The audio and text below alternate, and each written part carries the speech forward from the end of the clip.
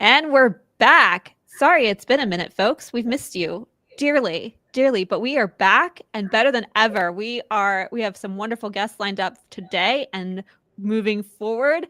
And to keep you on your toes, we may have mixed up the format a little so we get to the content a little faster for you, because we all know you're very busy, very, very busy marketers and no time to waste. So we're going to get right on into it. Today on Tea Time with Tech Marketing Leaders, I'm joined by someone who's worn just about every hat in the marketing world and made each one look effortless.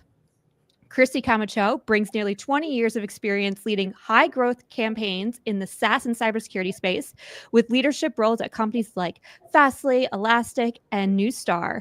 She's currently driving demand gen through webinars and content syndication at CyberEdge Group, while also running her own consulting firm, TriCrest Growth Advisors, where she helps startups scale with the kind of strategy usually reserved for much bigger teams. She's been recognized as a Drift Demand Gen hero, holds multiple certifications, and if that wasn't enough, she's a total Formula One junkie and a webinar host who actually enjoys hitting go live, which, let's be honest, it's rare. Welcome to the show, Krissy. Thank you so much. Heck of a welcome. I appreciate it. Yes, today we're talking about what it really means to bring enterprise-level marketing strategy into startup environments without the bloat. We'll dive into Krissy's framework, lessons from big brand activation, and a scrappy systems that actually work when you're moving fast and wearing way too many hats, which we all can relate to. Absolutely. Krissy, we're switching it up. Oh, we got Trevor here as well. Trevor, hello. Hi, Trevor. He's in for a ride. Sunglasses. Oh, maybe I could get behind that, Trevor.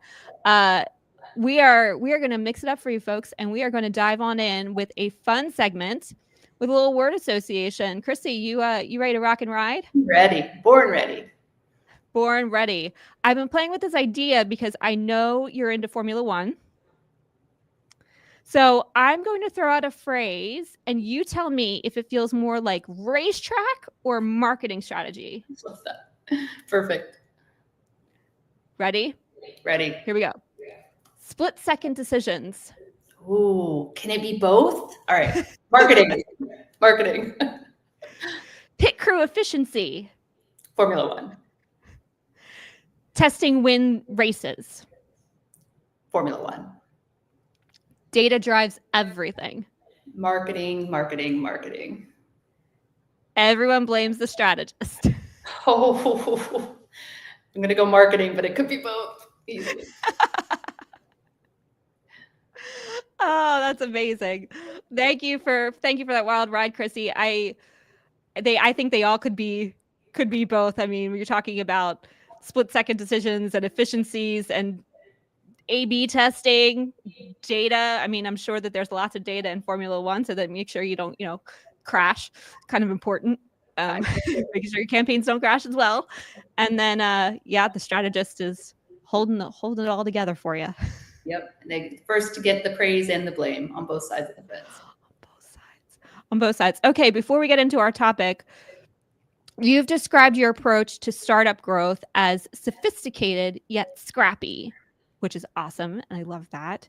Can you unpack what that means in your world? Like, I'm a founder who's totally underwater. Who would that actually look like from your side in working with those founders? Scrappy, yeah, absolutely. I'll unpack kind of sophisticated and scrappy together, but sophisticated, I admit, a little back patty, but like you said, over 20 years of marketing experience, and I won't claim to be Trevor level of seller, but I was a seller for about 5 years as well. So it's 25 years. I don't claim to have seen it all, but I've seen a lot. I've worked in many different types of environments. I've sold and marketed through channel, direct, to different buyer levels. Had many challenges along the way, learned a lot, successes, stumbling blocks.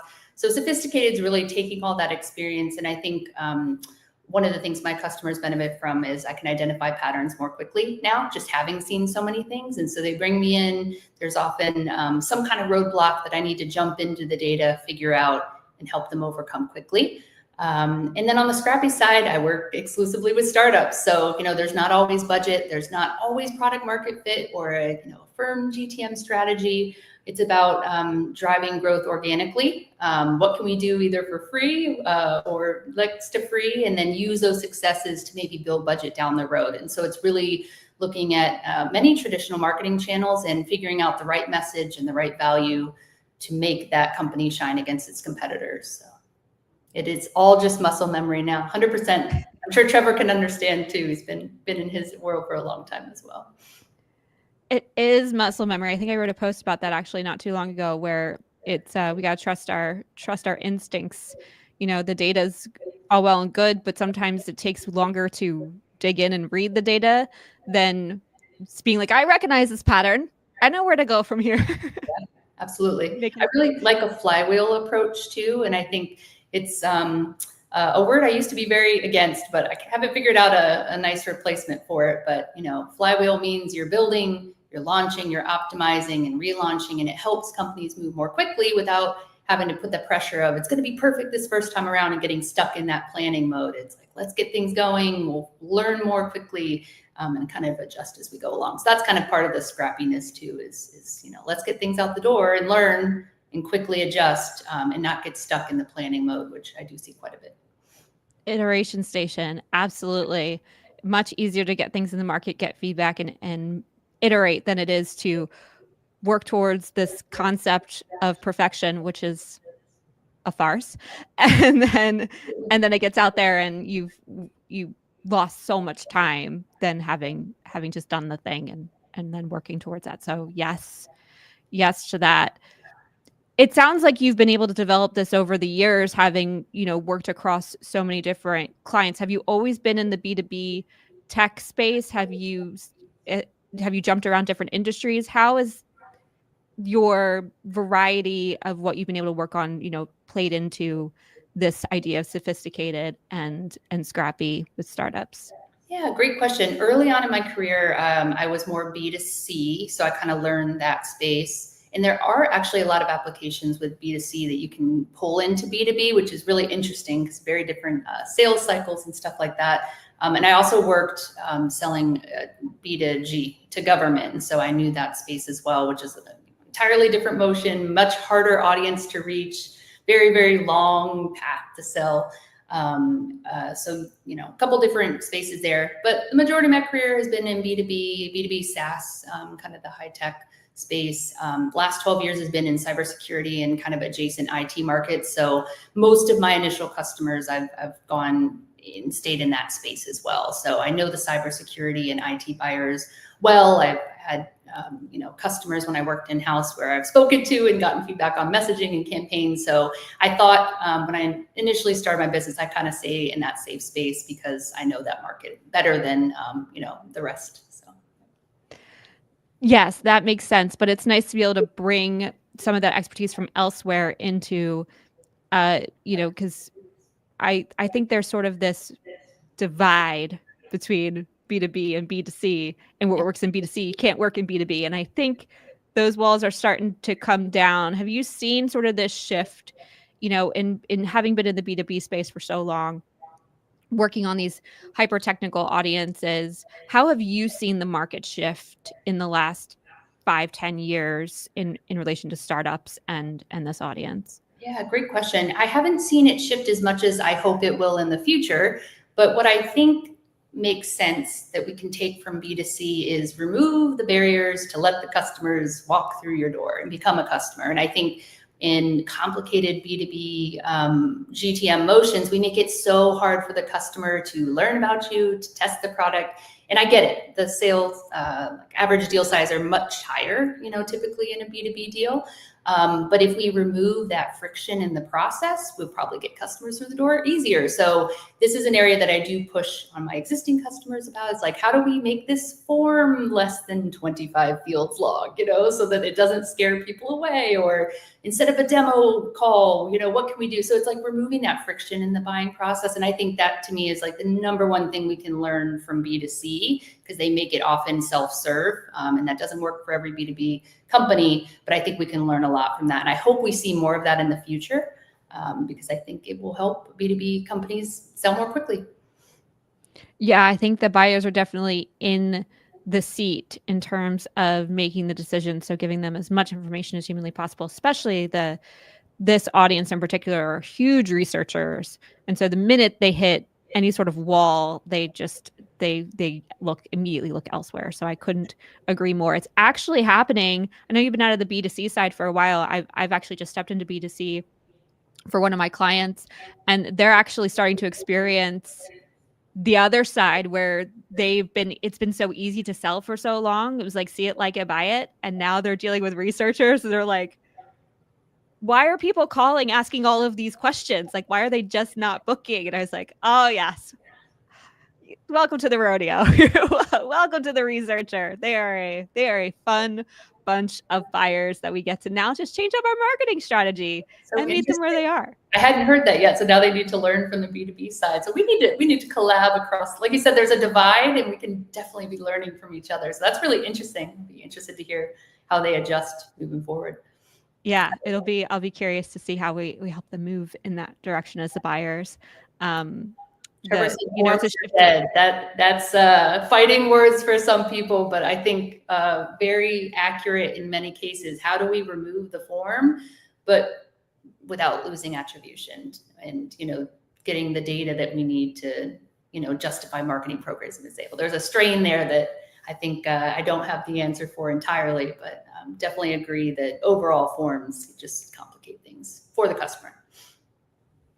I think people have been moving in the direction of the contact form and freeing up everything else, which it seems like a mixed bag as well. Where do you fall? I know you said that, you'd like to make it less friction. So where are you creating that less friction? You sort of mentioned making forms shorter, figuring out how to get the demo into the hands of the buyer faster. It sounds like, is that sort of your primary go-tos? Do you have any other tricks up your sleeve in regards to less friction?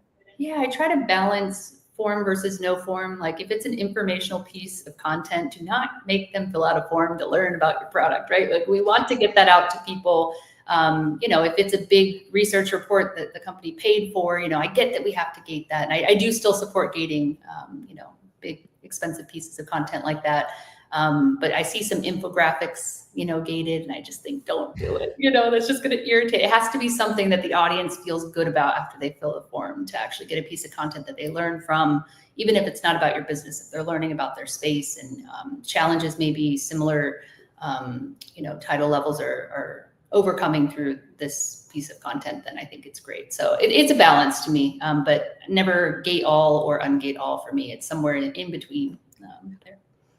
Proprietary seems good too. Like if you've done a lot of research around something that maybe you don't want to just, hand over to your competitors. And I like data enrichment too. I know it's not always cheap, but if you can enrich the data on the back end so the forms don't have to be so long, like that seems like a decent investment to make, where again, removes friction, but you still get the data you need. Because I get it, as marketers, we can't go back and show value if we don't have any clue how many people have seen this, report that the company banded together to work on. So how do you feel about that funny little field that people are sort of talking about right now in regards to how did you hear about us? Is that something? There's been interesting feedback on that too, of like when it works and when it doesn't, or what people will fill in. Yeah, well, so I like to control it by giving them options. Maybe not a free-form text, but a pick list or something. I think it's super helpful because I think, especially with my customers being startups, they don't always have the ability to track. So sometimes we have no idea where this, these demo requests are coming from or the form fills are coming from. So if you can get some information, it can be really helpful for early attribution and tracking, stuff like that. So I like it, but control it. I haven't done just an open box free for all. But that would be interesting, I would think. Well, the nice thing about the open box, and Gote was on our show a few weeks ago, it might be months now. My gosh, time flies when you're having fun. And she does do an open field, and she talked about, you do sometimes get those people who fill in like online. How'd you hear about us? Online. But she also said that you do also get really juicy, like people say they went to ChatGPT and they did this search and then they started going down this rabbit hole, and they'll give you a bit more information. So I wonder if there's a combo, or maybe there's like sales follow-up or something of like, oh, you mentioned ChatGPT. Tell me more about that. To be more personalized in that target. Yeah, absolutely. Yeah. I love that. You've had such a wonderful career and you've done so many things. Um I was curious about your work with and your worlds got to collide, which is even more exciting. The work you did at Fastly and Formula One. Can you tell us what that campaign was and how you made that happen and all your dreams come true at the same time? I could go on all day. I won't, but I could. I'm truly a lifelong racing fan. Thanks to my parents, were racing fans and grew up around fast cars. So loved Formula One and many other, racing environments. So when I got asked to bring this global partnership to fruition for Fastly, it was the quickest yes of my career, I will say. But, I had just a couple weeks to figure out what's the message, what are the channels we're going to use, and which races are we going to try to bring customers to and launch it. So it was pure chaos behind the scenes. But then bringing customers to these races, what I learned is, although it's a very expensive investment for a company, the prospects that agree to come to these races with you spend 3 full days with you. And so you get an insane amount of time with them that you really would never get on an hour discovery call or a 30-minute demo call. And so it really acted as deal accelerators for us, which was great because that's how I showed, the value of the sponsorship in general. But on the fan side of the house, getting to experience the VIP world of the Paddock Club and Formula One and meeting the drivers and the team leaders and learning about aerodynamics, which is not clearly my background at all, but learned a lot of really cool things and just got to experience stuff that, the average fan doesn't get to do. You can't, go into the garage and actually see the cars and stuff like that unless you have a partnership with one of the teams too. So just absolute memorable moments that, definitely highlighted my career, I would say. Let's just set the stage for everybody. I sort of got glimpses of how this was set up. It sounds like it was a sponsorship, and then you actually got to invite clients to join you on a VIP experience. Is that like how you negotiated the deal? Yeah, so part of the sponsorship comes with a certain amount of tickets at a certain amount of races. And all of that is not for Fastly to enjoy. It was bringing potential customers in and then showing them a really great time. And again, just getting that face time with them as well. And so it was really about bringing net new prospects that we otherwise had no relationships with into these specific races globally. And then, they get to experience, that VIP throughout the weekend at those different races. So I got to kind of go to a couple of different races globally, and it was just really awesome. What were some of the questions you asked? Like, you're sitting one-on-one, you have their undivided attention somewhat. They are watching the races, they're enjoying their time. But what did you sort of know going in what you wanted to find out? Did you have sort of an approach there? Yeah, it's a mix of getting to know them on a personal level. You don't want to, start with hitting them on the head on like, are you going to buy? It's not a good look. Getting to know them as a person, and they want to get to know you as well. So again, it's like this more personal side of a potential customer that you just don't normally get in the first time you meet them.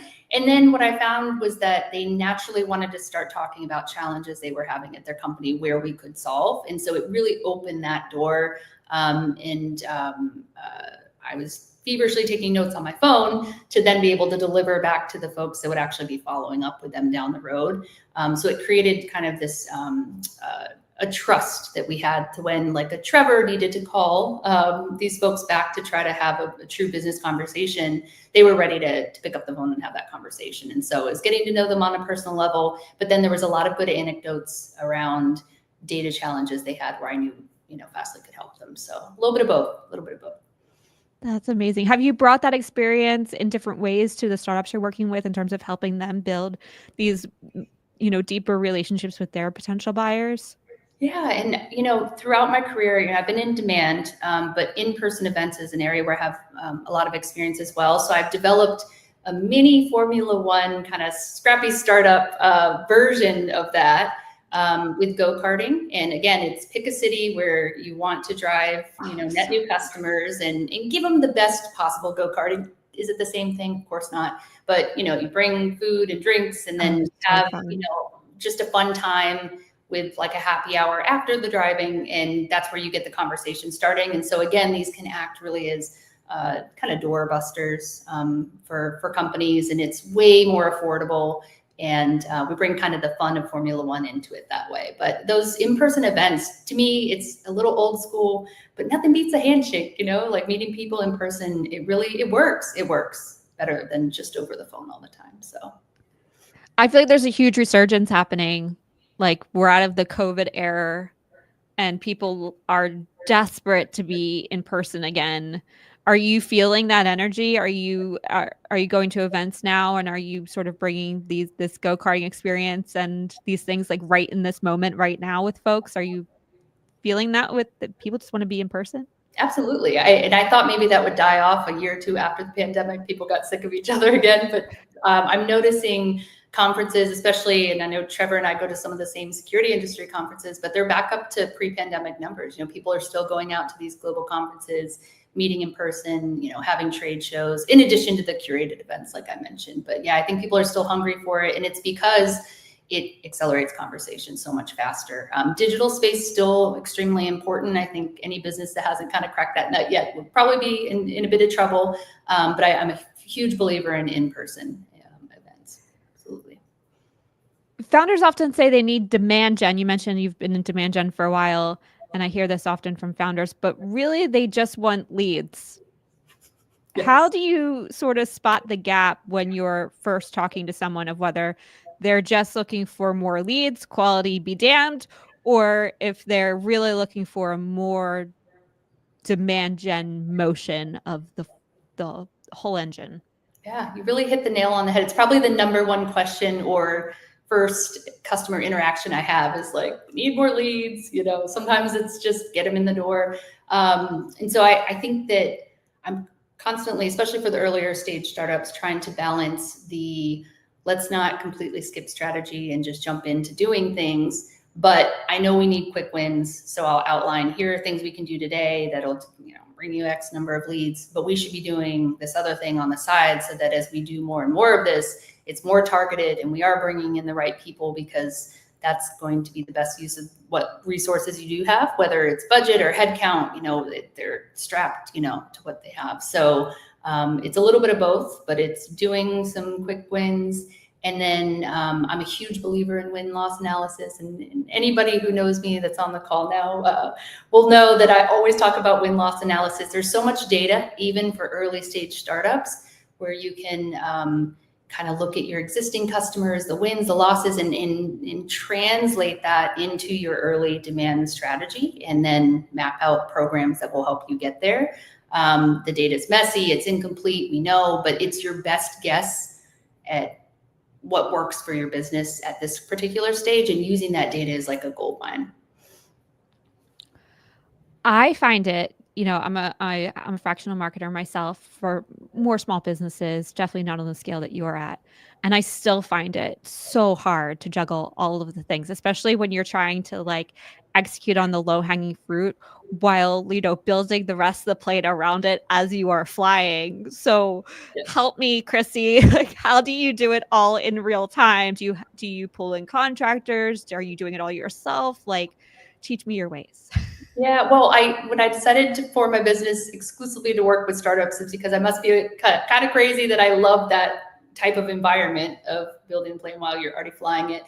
Some of my favorite moments in my career was working at a startup. So I think it, must take a special breed to want to do that day in and day out. But I like the challenges trying to figure out how to go to market for the first time. So I am very selective with the types of clients I take on to make sure that it's in the right space where I can do all those things for them.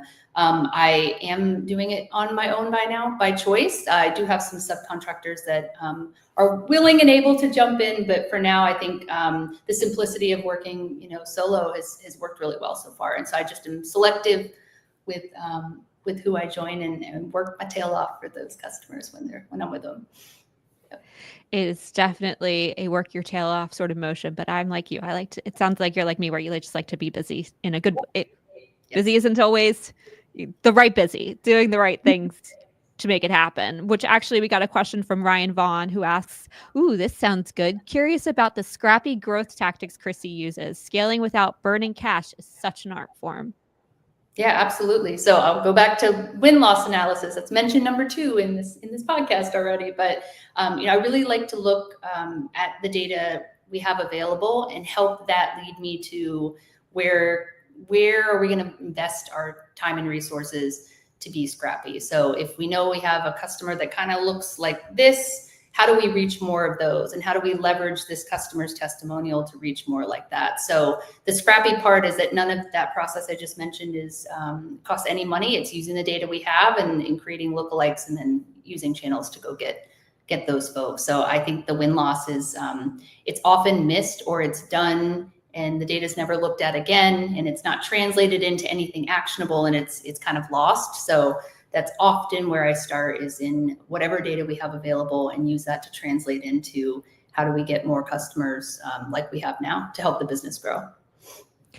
You mentioned events, which I think is a wonderful scrappy way of doing it. Are there other, especially when you're talking about low-hanging fruit and doing things a bit faster, events take a little bit of, not a little, they take a lot of energy to really plan for.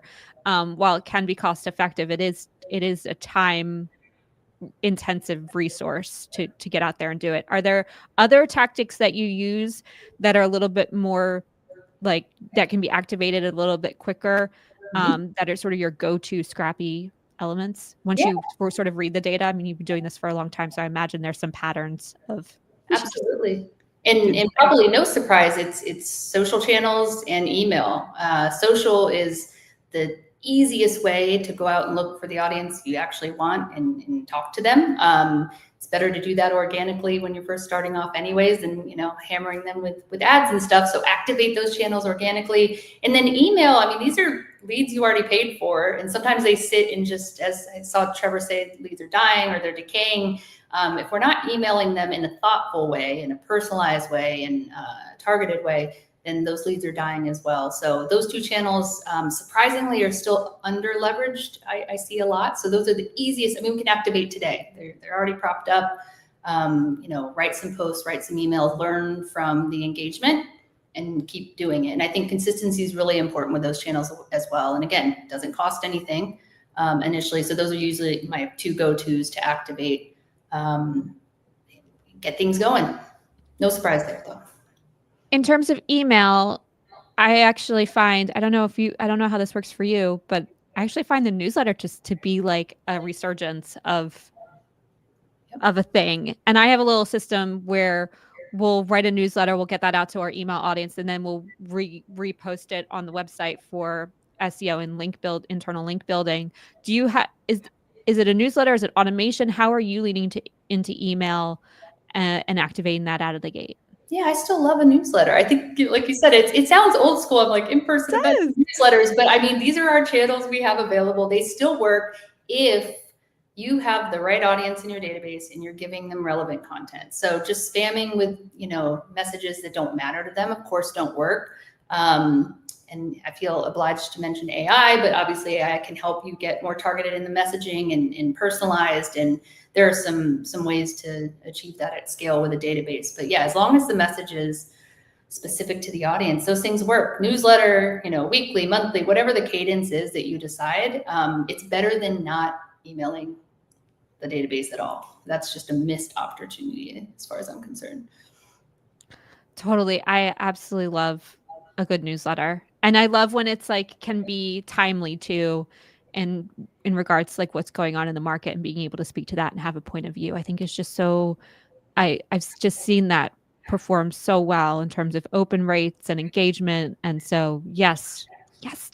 When people still prefer certain channels to consume their information, again, this is not a new thing I'm sharing, but so you could be saying something over and over on your website or on LinkedIn or whatever social channel, and people still may not see it. So if they're an email kind of a information consumer, you have to leverage that channel to be able to reach them. So I think, again, it's just leveraging the channels we have to reach people where they are at that time. Let's talk about social, because that is a beast. An absolute beast. I mean, I've been on LinkedIn for a while. I've been doing it for years, but I still do not have the amount of time that I really, truly need to pour into the social media engines that they are. It takes a huge amount of energy, not only to post, but to really do the hard work of engagement and building relationships. So when you say social, sort of that low hanging fruit and that immediate thing we can activate, it still feels so big to me. So where do you start? Yeah, I agree. I try to start by encouraging 2 posts a month, which sounds less daunting than post every day or post every week even. So get twice a month down and make it the best post you can, relevant, it's new information, it's targeted to your audience. And then as you start to see engagement go up, try to increase it.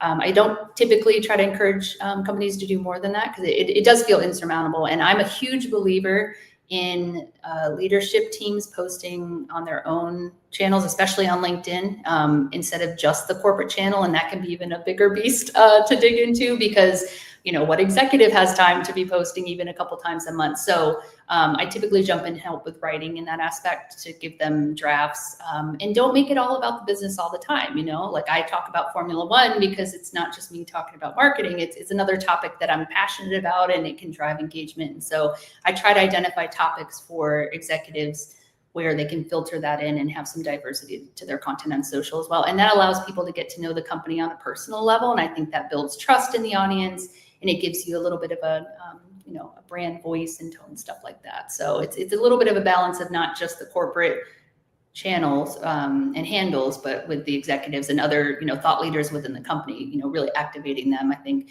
it's a big task, but I think that works really well in the market nowadays than just posting on a corporate social handle. Do you find a lot of challenge with executives of like trying to get them up and moving with this, or is it are they finally like, yes, let's go, I'm ready? What's sort of the tone of working with executives when it comes to, hey, you need to be posting more on LinkedIn and let's work on that? Yeah, very supportive always. It's just a matter of, the question that always comes after is like, how am I going to do this? And so again, it's usually not asking them to write all their own posts and do the physical posting, but figure out who could help with that. And that usually is the only hurdle is the time piece. So once we have a little bit of a formula for, again, finding those topics that matter to them and then mapping posts out to that, once we kind of crack that nut, it's just getting the drafts done for them and keeping their time commitment as little as possible. Yeah, it's a gear shift for sure for all parties involved. We talked about email, we talked about data, we've talked about social being a huge piece. In terms of KPIs, when you're coming in and it's a startup, what sort of data and KPIs are you paying attention to that make you and the team feel like you're crushing it and moving it forward? Great question. So I always lay this out as we have leading indicators and lagging indicators in terms of KPIs. And so still look at leads. Those are the earliest indicator of something. It is. Yep. But I always stress the most important lagging indicator is pipeline and opportunities, and depending on the business, that can be months down the road. And so that's why you have to track what's happening earlier on, even if it's form bill, and then we kind of keep an eye on that initial lead. You have to have both. So I don't call it a day if we have a certain number of leads in a month, or even sales picking up leads and saying these are qualified. It's really that longer view of, do we generate business opportunities for the company? At the end of the day, that's how they're growing. So to me, that's the ultimate KPI is it's revenue, but it takes time to get there in the B2B world. So we'll report on other things in the meantime, but to me, that's the ultimate goal. Yeah, you got to feel it's moving in the, progress over perfection, we're moving in the right direction. So, you talked about leading indicators versus lagging. So lagging is pipeline. I always struggle with this because if I look at leading indicators, it doesn't always translate to quality. The quality and quantity conversation. I feel like I'm living this so hard right now. How do you navigate that in the moment of like trying to build up the funnel, but in a way that actually translates, knowing that it's going to take months? So if you're pouring in the wrong people at the top, that and it's not translating, then you've sort of lost months of time. Yep, I'd be out a job at that point. Well, that's why all right, mention number 3 of win-loss analysis. Like that's why I'm writing a book on this topic. It's that's how passionate I feel about it. But if you start with that, then it leads you to the quality over quantity conversation pretty naturally, because it says, here's how we know, this is how we know we're winning here.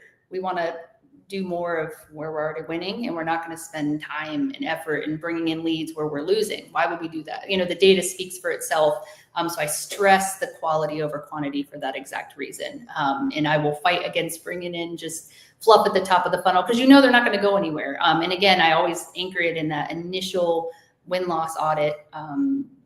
And that usually helps the conversation. The data speaks for itself, and it's not data I created. It happened before I even, you know, joined this customer. So that usually helps in the flow of bringing in, you know, high quality, even if it's lower volume.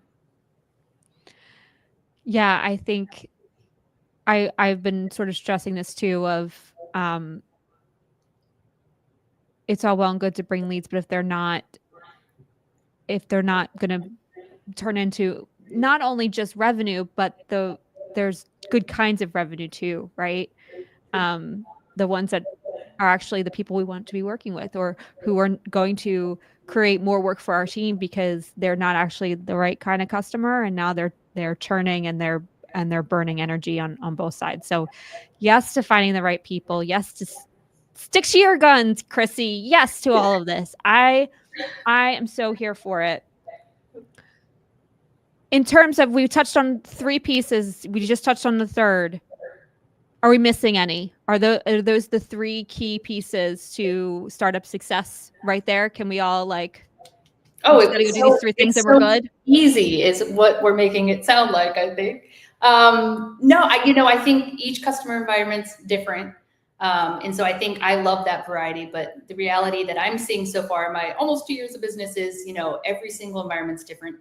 So no easy peasy lemon squeezy, absolutely not. It could be, but the reality is, you know, it's learning, it's adjusting to each customer environment. And again, working with startups, a lot of times you find out their early batch of customers is not who they want their next set of customers to look like. And so I also run into those situations where you got to scrap the data and start fresh. And so there's other challenges there. So definitely not easy, but lots of variety and challenge. So I enjoy kind of figuring out those unknowns for the business. Keeps it interesting. Keeps it interesting. Keeps you on your toes. Yes. Sometimes keeps me up at when night. Can we you're writing a book? A book is happening.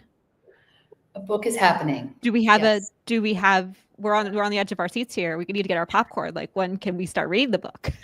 As soon as I complete writing it, and it has to be perfect, unlike everything else I've mentioned today.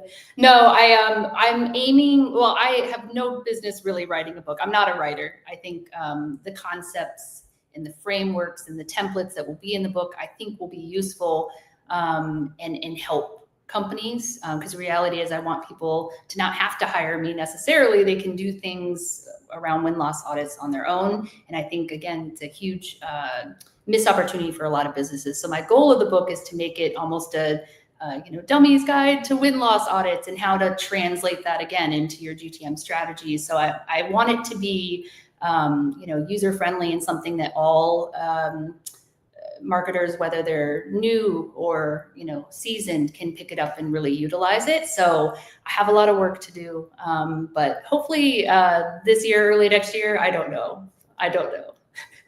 All right. Well, we are going to be keeping up with you, Krissy, and knocking on your door once in a while to see when we can expect this book, because I don't know about you all who are listening, but I am certainly on the edge of my seat and excited for it. All of our clients are asking for those immediate quick wins, right? They all need the thing and they need it yesterday, and they can't wait for us to build the big, beautiful engine with the plane still just sitting here on the runway. We gotta get it in the air, and we gotta build as we're going. And it sounds like you're going to help us do that.